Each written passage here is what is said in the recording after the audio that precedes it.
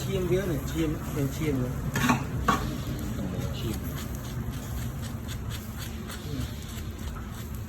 ชิมไปเถอะนั่นเราสิเป็นยังโดยชิมอันนั้นเคยมั้งเลยเอาเรามือเข้ามา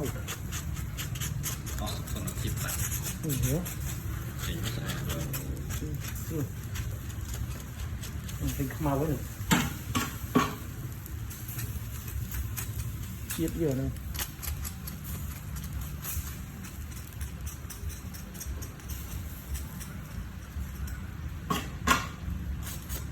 แบบบอกองค์เองจังนะ ก็อ๋อเข้ามาวันเข้ามาชิมเถอะเด็ดมาเลย ชิมชิม เป็นยังเข้ามาวันชิมเลยก็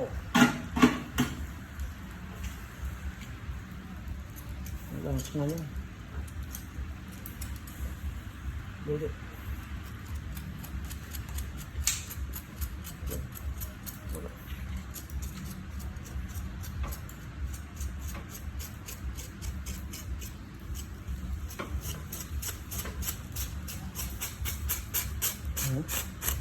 อาใจเดี๋ยวหนาแหลกเดี๋ยวคนดีกว่า อันนี้เนี่ยสบายดี มาเนี่ย เคยชอบกับคลาวด์แบบนี้ สะอาดบัด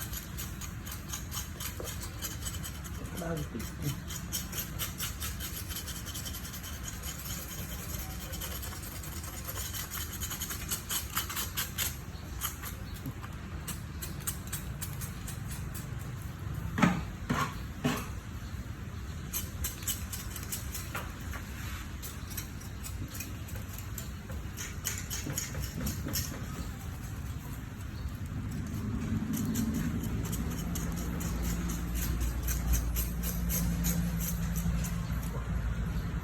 เราไปตกแต่ง เรียบเ